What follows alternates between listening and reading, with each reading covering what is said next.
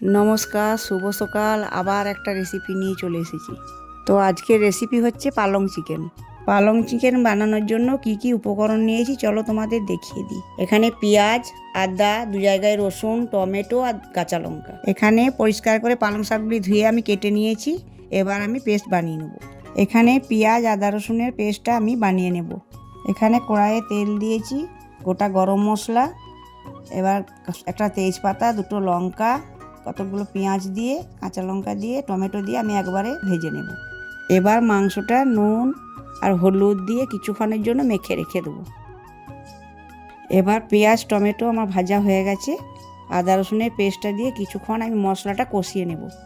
এবার মশলাটা থেকে তেল ছেড়ে দিয়েছে। এবার চিকেনটা দিয়ে কিছুক্ষণ কষিয়ে নেব।